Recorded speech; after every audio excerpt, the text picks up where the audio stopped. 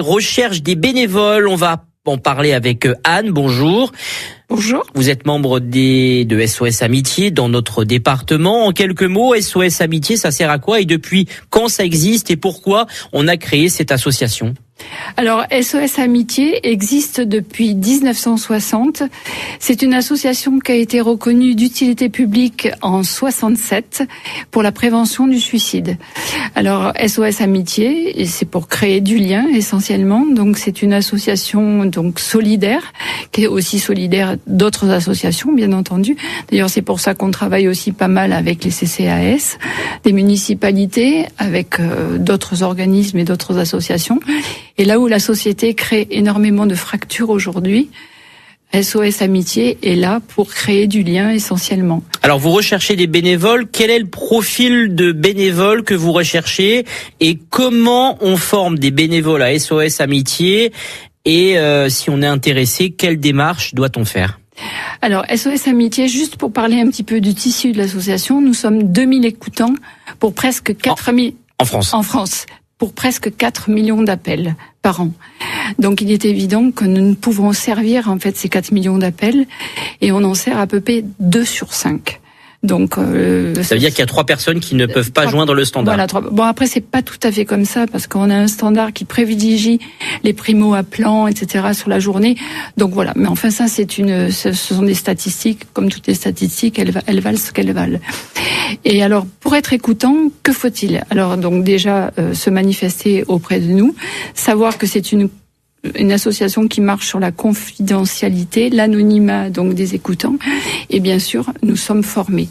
Alors, nous sommes formés à peu près sur 3 à 4 mois par des écoutants confirmés, donc qui vont nous apprendre à prendre un appel, à écouter l'appel et à le gérer aussi. Parce il faut des qualités pour être un bon bénévole, entre guillemets, à SOS Amitié. Moi, je dirais qu'en fait, bon, il y a déjà l'appétence particulière pour les autres, hein, l'envie d'aller vers les autres, mais je pense en fait que tout s'apprend.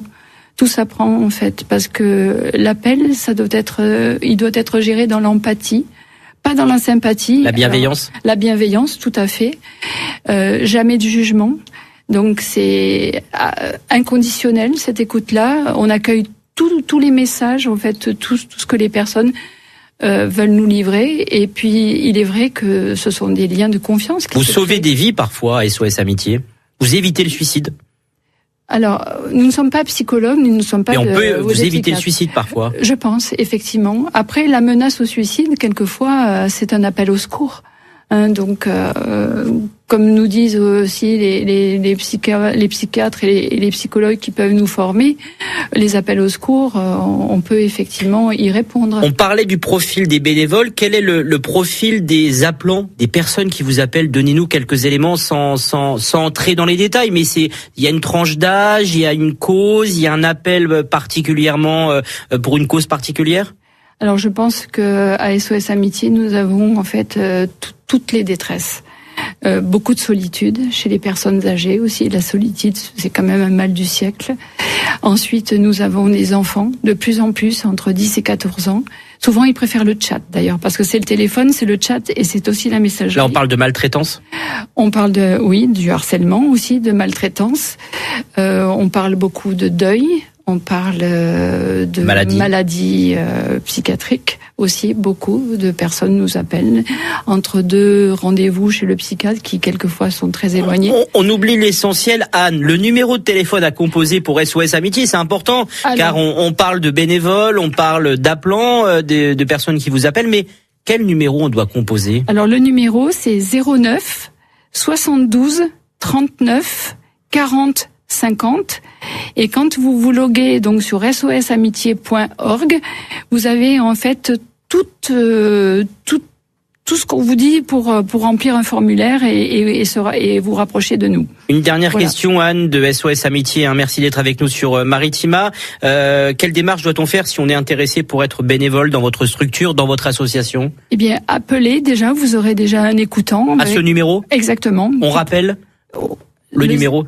Le 09 72 39 40 50. Le mot de la fin, il est pour vous, Anne.